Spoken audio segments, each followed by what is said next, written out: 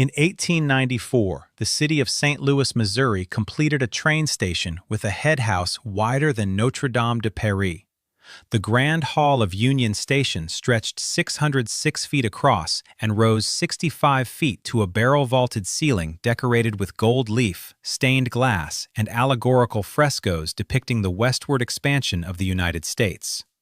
The train shed behind it covered 11.5 acres under a single roof span, one of the largest enclosed spaces in the world at the time of its construction.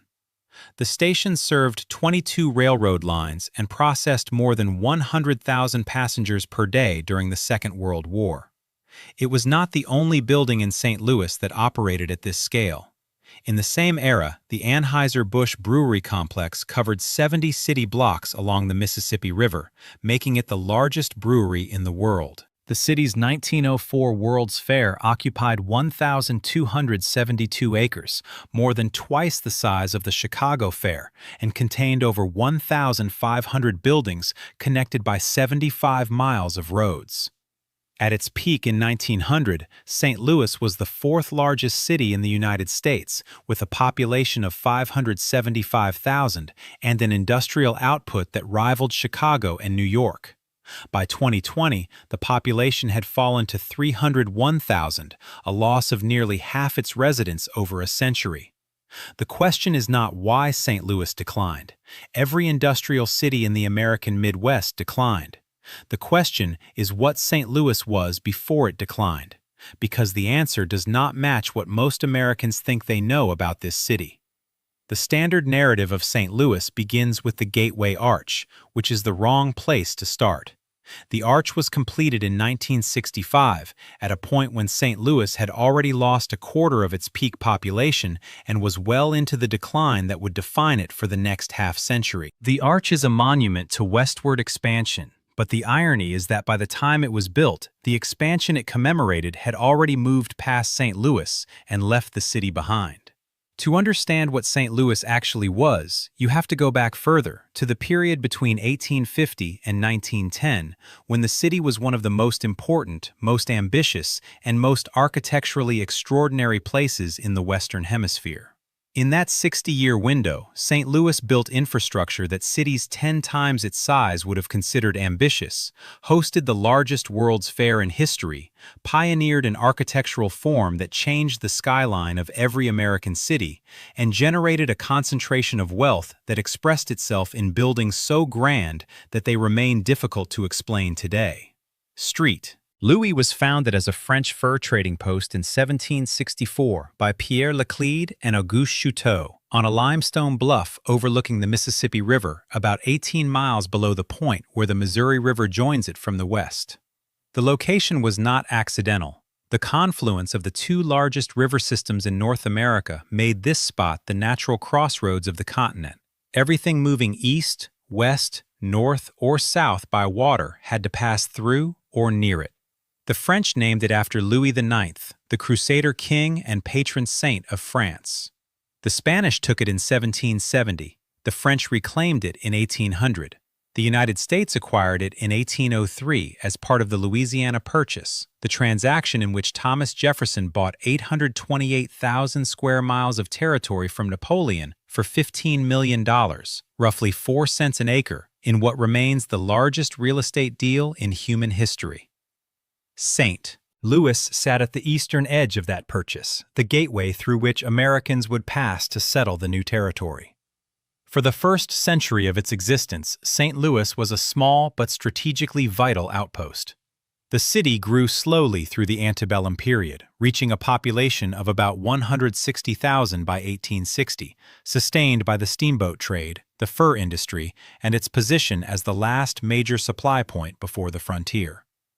The riverfront was lined with warehouses, commission houses, and the offices of the great fur trading companies, the American Fur Company, the Rocky Mountain Fur Company, that shipped beaver pelts, buffalo hides, and bear fat downriver to New Orleans, and from there to the textile mills of Europe. The population was a polyglot mixture of French Creoles, German immigrants, Irish laborers, enslaved black people and free people of color, and a floating population of trappers, traders, soldiers, and speculators who passed through the city on their way west. The streets were muddy. The buildings were mostly brick, built to resist the fires that periodically swept the waterfront. The city was prosperous but provincial, a river town with ambitions that exceeded its infrastructure. The transformation began with the Eads Bridge. James Buchanan Eads, a self-taught engineer who had made his fortune salvaging sunken steamboats from the Mississippi River bottom using a diving bell of his own design, proposed in 1867 to build a bridge across the Mississippi at St. Louis, a project that every engineer in America considered impossible. The river at St. Louis was too wide, too deep, too fast, and too unstable. The bed shifted constantly. The current during spring floods exceeded 10 miles per hour. No bridge had ever spanned the lower Mississippi, and the technical challenges were so severe that many believed no bridge ever would. Eads built it anyway. He used steel, the first major structural use of steel in bridge construction, in 3 arches that spanned 502, 520, and 502 feet respectively, supported by piers sunk to bedrock through caissons that descended 100 feet below the water's surface. The caisson work was horrifying. Workers labored in compressed air at depths that produced caisson disease, the bends, killing 14 men and crippling dozens more. The bridge took 7 years to build, cost $10 million, and was completed in 1874. It carried railroad traffic on the lower deck and road traffic on the upper deck, and it transformed St. Louis from a river town into a railroad junction. The Eads Bridge was not just an engineering achievement, it was a statement of intent. The city that built it was announcing to the nation that it could accomplish things that the rest of the country considered impossible. The railroads followed the bridge, and the railroads changed everything. Before the bridge, St. Louis was a river city. Its economy depended on the steamboat trade that moved goods up and down the Mississippi and its tributaries. The steamboat era had made St. Louis rich, but it had also made the city vulnerable. River commerce was seasonal. The Mississippi froze in winter, flooded in spring, and dropped to levels that grounded boats in late summer. The railroads operated year-round, in all weather, at speeds that the fastest steamboat could not approach. When the Eads Bridge connected St. Louis to the Eastern Rail Network, the city's economic geography shifted from the river to the railroad, and the railroad rewarded St. Louis's central location more generously than the river ever had. By 1880, St. Louis was the hub of a rail network that connected it to every major city in the country. 22 railroad lines converged on the city, carrying grain from Kansas, cattle from Texas, lumber from Minnesota, coal from Illinois, and manufactured goods from the factories of the East Coast. The wealth that accumulated was enormous and concentrated. The families that controlled the railroads, the breweries, the grain elevators, and the commission houses, the Bushes, the Lehmans, the Couples, the Wainwrights, built mansions along Lindell Boulevard and Vandeventer Place that rivaled the great houses of Fifth Avenue in New York.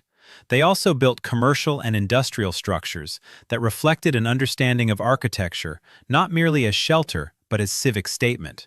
The Couples Station Warehouse Complex, completed between 1894 and 1917, consisted of 18 massive red brick buildings occupying 9 city blocks south of Union Station, designed to transfer freight directly between railroad cars and warehouse storage without the use of drays or wagons. Each building was 7 stories tall, with load-bearing brick walls 3 feet thick at the base, and interiors supported by timber columns capable of bearing 200 pounds per square foot, strong enough to store machinery, pig iron, or cotton bales at full density on every floor. The complex processed over 1 million tons of freight per year at its peak and employed hundreds of workers. The buildings were utilitarian in purpose, but designed with a Romanesque aesthetic: arched windows, decorative cornices, carved stone lintels that made a freight warehouse look like a Florentine palazzo. Several of the Couples buildings survive today as loft apartments and offices, their 3-foot brick walls now containing residences whose occupants pay premium rents for the novelty of living in a structure that was built to store pig iron. The period between 1880 and 1910 produced an architectural landscape in St. Louis that was unlike anything in any American city of comparable size. The buildings were designed by architects of national and international reputation: Louis Sullivan, Dankmar Adler, Theodore Link, Isaac Taylor, Cass Gilbert, Harvey Ellis. And they were built at a scale and with a quality of materials and craftsmanship that suggested a city that expected to grow indefinitely. The Wainwright Building, completed in 1891, was designed by Louis Sullivan and Dankmar Adler for Ellis Wainwright, a local brewer who needed an office building for his real estate management business. It is 10 stories tall, 120 feet high, and is considered by most architectural historians to be the first building that successfully solved the aesthetic problem of the skyscraper. Before the Wainwright, tall buildings had been designed as stacks of shorter buildings, a 5-story base topped by another 5-story section, the whole thing dressed in historical ornament that disguised the structural frame. Sullivan rejected this approach.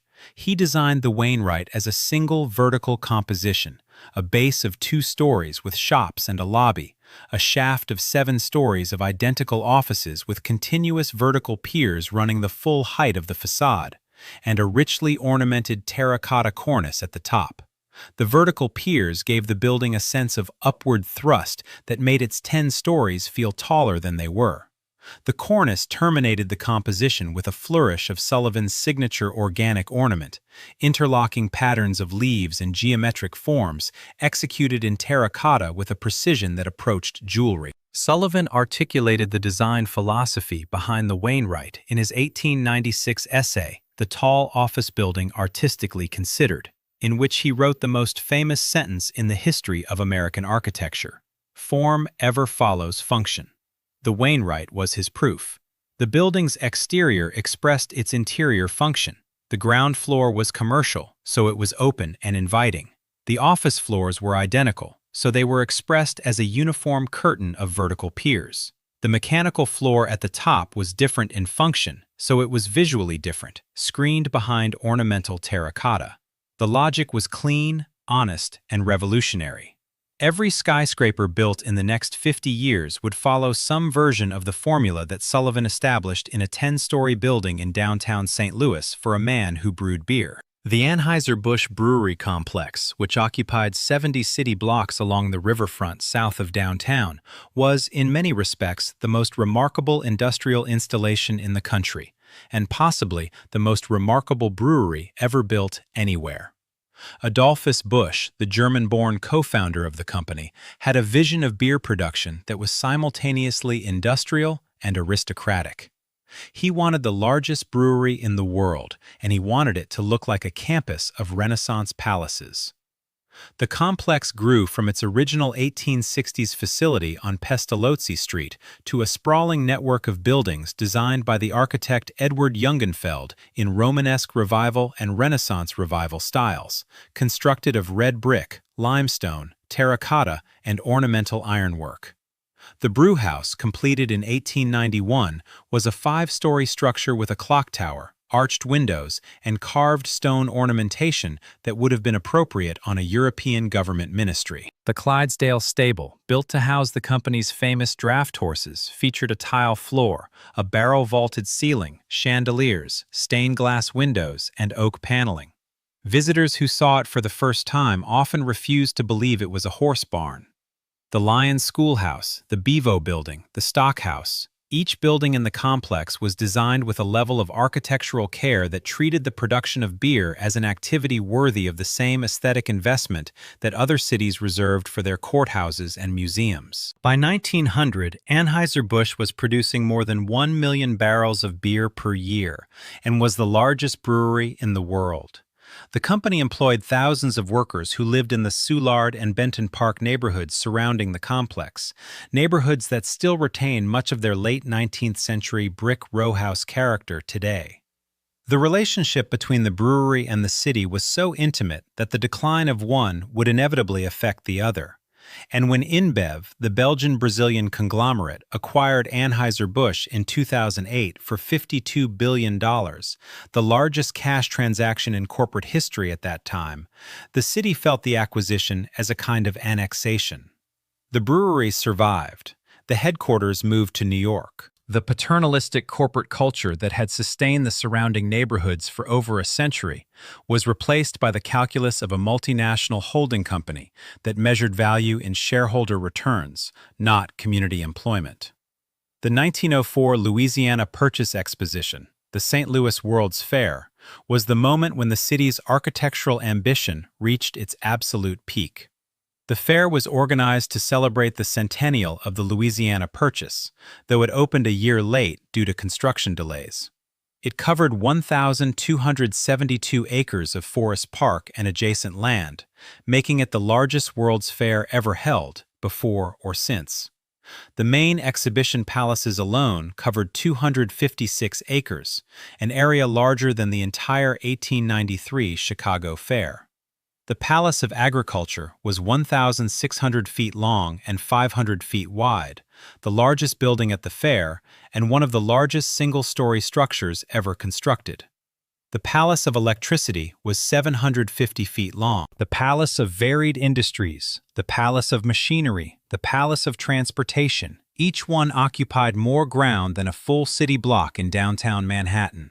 The Festival Hall, designed by Cass Gilbert, who would later design the Woolworth Building in New York, the Supreme Court Building in Washington, and the Minnesota State Capitol, seated 3,500 people beneath a dome modeled after the Invalides in Paris. The Cascade Gardens, a system of terraced fountains flowing from Festival Hall to the Grand Basin, used 90,000 gallons of water per minute and were illuminated at night by thousands of electric lights that turned the water into liquid fire. The fair also contained a working Philippine village of 1,100 Igorot, Visayan, and Moro people brought from the newly acquired American territory in the Pacific. They lived in traditional structures built on the fairgrounds and were displayed as living exhibits, a practice that was considered educational at the time and that is now recognized as a grotesque exercise in colonial exhibition.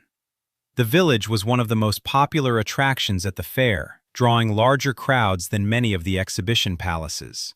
Its existence is a reminder that the architectural grandeur of the exposition coexisted with a moral framework that treated human beings as specimens. 19.7 million visitors attended between April and December of 1904. The fair introduced, or at least dramatically popularized, the ice cream cone, the hot dog in a bun, iced tea, cotton candy, and peanut butter. It cost $50 million to build, roughly $1.7 billion in today's money. It employed 11,000 construction workers over 2 years, and when it ended, virtually everything was demolished. Over 1,500 buildings were torn down over the following year, their staff plaster and wood frames hauled to landfills.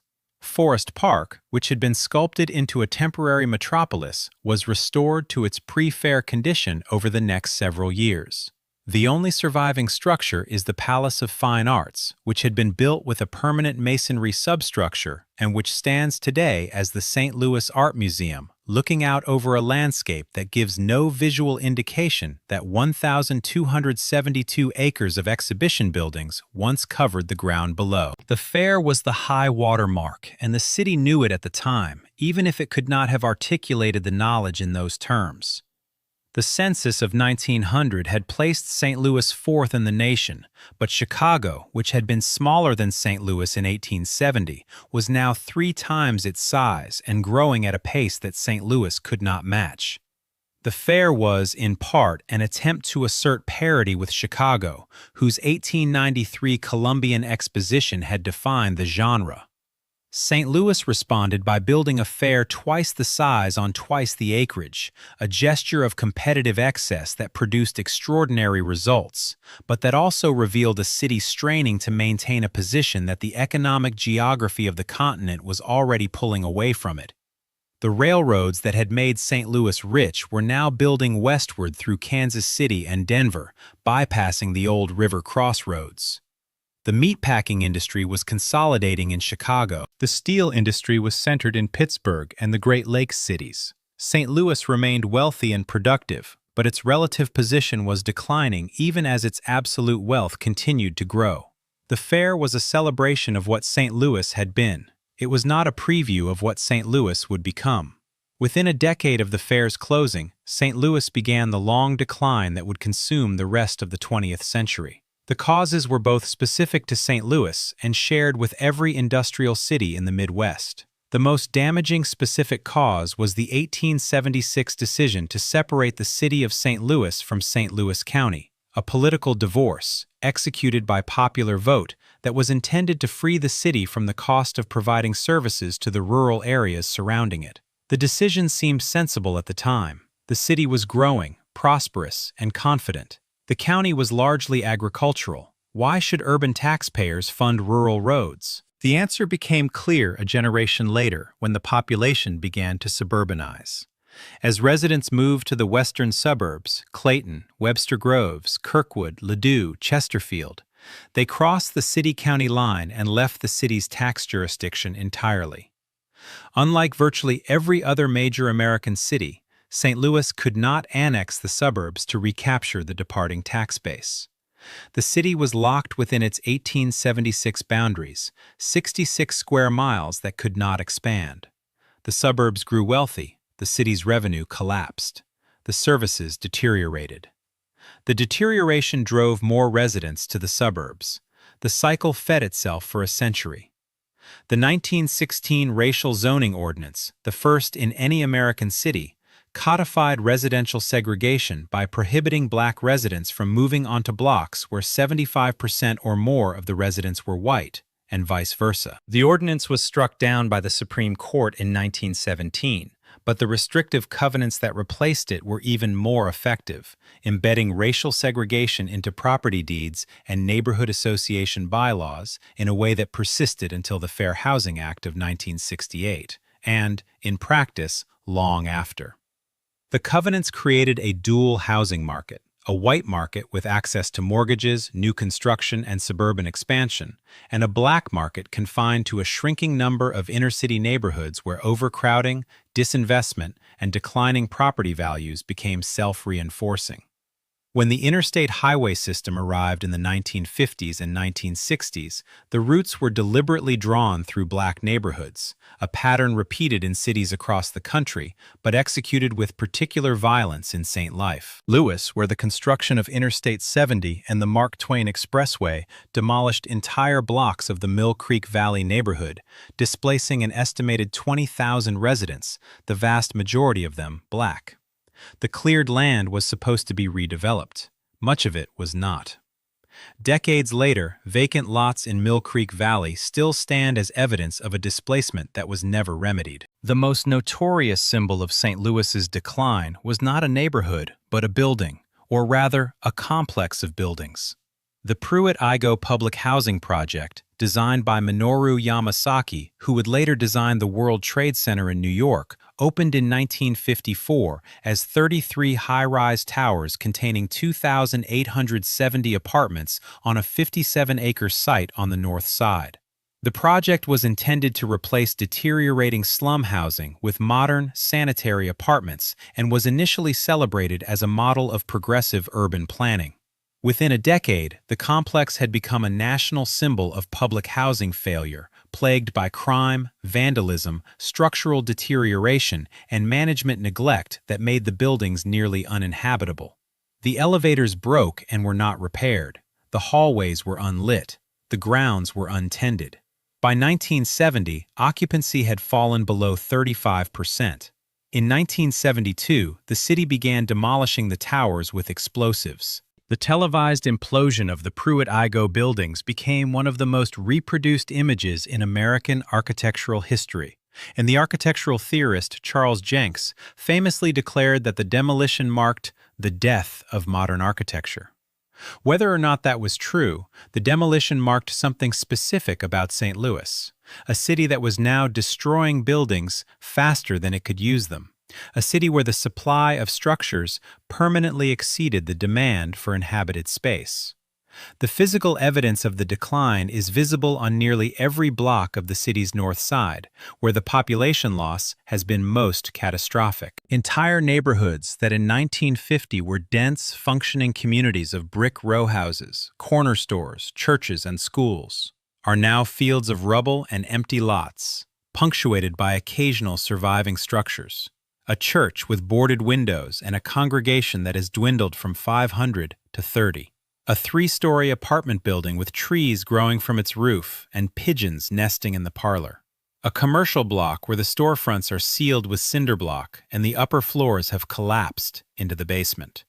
The demolition has been so thorough in some areas that the street grid survives, but the buildings do not. You can drive along a paved street with curbs, fire hydrants, and street signs that leads past nothing but grass and gravel for block after block.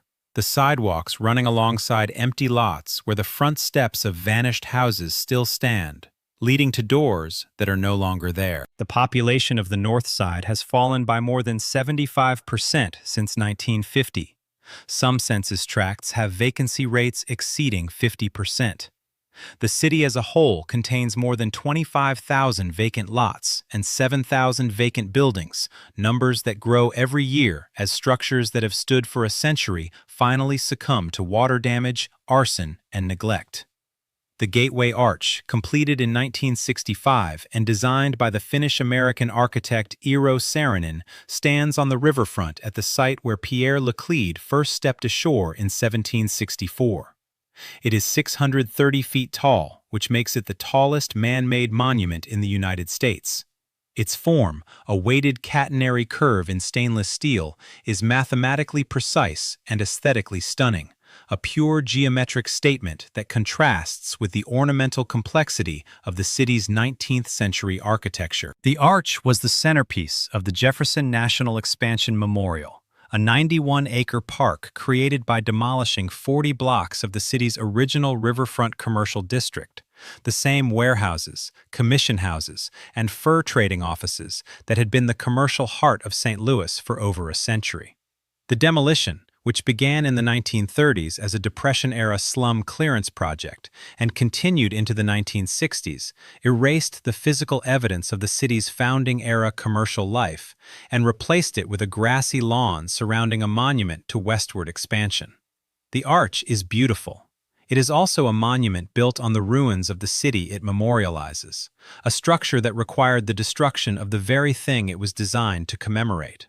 The irony was not lost on preservationists at the time, but the demolition proceeded anyway, because in the St. Louis of the 1940s and 1950s, the past was something to be cleared away, not preserved. It would take another generation before the city recognized that the buildings it was demolishing were irreplaceable. The South Side has fared better, partly because of the stabilizing presence of the Anheuser-Busch brewery, and partly because the German and Eastern European immigrant communities that settled there in the 19th century maintained a stronger tradition of homeownership and neighborhood investment. The Soulard neighborhood, immediately adjacent to the brewery, retains much of its original brick row house fabric, its outdoor market, and its density of corner taverns.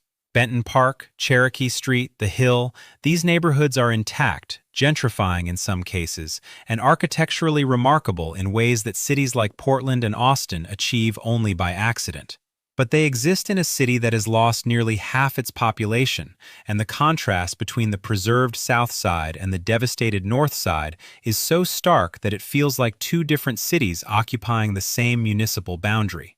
There is another dimension to the street, Louis' story, that most histories skip because it does not fit comfortably into the narrative of decline. And that is the question of what the city's architecture reveals about the self-image of the people who built it. The buildings of St. Louis's golden age were not designed for a city of 500,000 people. They were designed for a city that expected to be one of the great metropolises of the world, a city that saw itself in the same category as Chicago, New York, London, and Paris. The expectations were not irrational. In 1870, it was entirely plausible that St. Louis would become the dominant city of the American interior. Its location, its river access, its rail connections, and its existing industrial base all pointed toward continued growth. The buildings that the city constructed between 1870 and 1910 were sized for the city that the residents believed they were building, not for the city that would actually result. They overbuilt because they overexpected, and the overbuilding produced an architectural legacy that is now wildly out of proportion to the city that inherited it. This is what makes St. Louis so disorienting to visitors. The buildings are too good for their context. They belong to a different version of the city's history, a version that was plausible at the time, and that the buildings preserve in stone and brick and terracotta long after the history itself diverged onto a different path. The architectural legacy of St. Louis's Golden Age survives in fragments that are individually magnificent and collectively disorienting. Union Station, after losing its railroad function when Amtrak rerouted its St. Louis service in 1978, sat vacant for several years before being converted into a hotel, shopping complex, and entertainment center in a 1985 renovation that was one of the earliest and most ambitious examples of historic railroad station adaptive reuse in the country. The Grand Hall was restored, its stained glass cleaned, its gold leaf reapplied, its allegorical frescoes conserved. Today, the building operates as a hotel and event venue with an aquarium, a Ferris wheel, a miniature golf course, and a light show in the former train shed. The Wainwright Building, after a century of commercial use, was acquired by the state of Missouri and restored in 1981. It now houses state government offices. The Eads Bridge still carries traffic across the Mississippi, its steel arches as sound today as they were in 1874, proof of the over-engineering that characterized the bridge's construction, with every member designed to carry loads far exceeding anything the bridge would actually bear. Eads had insisted on this margin because he knew the bridge would outlast him, and he was right. The bridge has survived 150 years of Mississippi River floods, ice flows, barge collisions, and the vibration of millions of rail and automotive crossings. It has been retrofitted for automobile traffic and light rail, but the original steel arches and stone piers remain. It is the oldest bridge across the Mississippi south of the Twin Cities, and one of the most important surviving structures of the American Civil War Reconstruction era. The Anheuser-Busch complex continues to brew beer. The Art Museum presides over Forest Park from its hilltop, the sole survivor of the 1904 fair, its Beaux-Arts facade as composed and as permanent-looking as the day it opened. What strikes a visitor to St. Louis today is not the decline, which is real and visible and deeply disturbing in its extent. What strikes a visitor is the impossible gap between what the surviving buildings suggest about the city's past and what the current condition of the city seems to justify. The Grand Hall of Union Station was not built for a city of 301,000 people. It was built for a city that expected to become the largest in the interior of the continent, a city that in 1890 genuinely believed it would surpass Chicago in population, in wealth, and in cultural prestige. The Wainwright Building was not built for a modest real estate management office. It was built to announce the birth of a new architectural form to the entire world. The brewery complex was not built to produce beer efficiently. It was built to produce beer in buildings that looked like palaces, because the man who owned the company believed that industrial production deserved the same architectural dignity as governance and worship. The scale and ambition and craftsmanship of these buildings are not proportional to what St. Louis is now. They are proportional to a city that no longer exists, a city that was, for a brief and extraordinary period at the turn of the 20th century, one of the wealthiest, most productive, and most architecturally daring places in the Western Hemisphere. The conspiracy theories and alternative histories that have accumulated around St. Louis, and around the broader category of impossible American architecture from the Gilded Age, exist because the buildings create questions that conventional explanations answer factually, but not emotionally. Why did a city of 575,000 people build a train station that could process 100,000 passengers per day? Why did a brewery build horse stables with stained glass windows and chandeliers? Why did a city that had existed for barely 140 years produce a World's Fair twice the size of Chicago's? The answers? Civic ambition, corporate competition, booster culture, the fierce rivalry between Midwestern cities for regional supremacy are historically documented and factually complete. They explain the buildings. But standing in the grand hall at dusk, watching the light come through the Tiffany glass and pool on the gold leaf ceiling 65 feet above, the factual completeness of the explanation feels inadequate to the experience of the room. Something happened here that the numbers and the history books account for but do not fully convey. Stand in the grand hall of Union Station as the sun sets and the stained glass turns the air amber and violet and gold. The ceiling is so high that your voice echoes. The space was designed to hold 10,000 people at once, and when it is nearly empty, as it often is on a weekday evening, the emptiness itself becomes a presence. The absence of the crowds that the room was built to contain. The room is 128 years old. The city around it has lost half its population. The railroad lines that once terminated beneath the train shed have been rerouted or abandoned. The passengers who once filled this hall at a rate of 100,000 per day now number in the hundreds. And the room endures. The gold leaf is still on the ceiling. The stained glass is still in the windows. The frescoes still depict the covered wagons heading west through landscapes that are now suburbs and shopping centers and subdivisions named after the natural features they replaced. Deer Creek, Wildwood, Chesterfield Valley. The room was built for an empire that lasted 60 years and has been gone for a century. The empire is gone. The room remains. And the room, in its silence and its grandeur and its stubborn refusal to match the diminished city around it, asks the question that the history of St. Louis cannot stop asking. Who built this, and where did they go?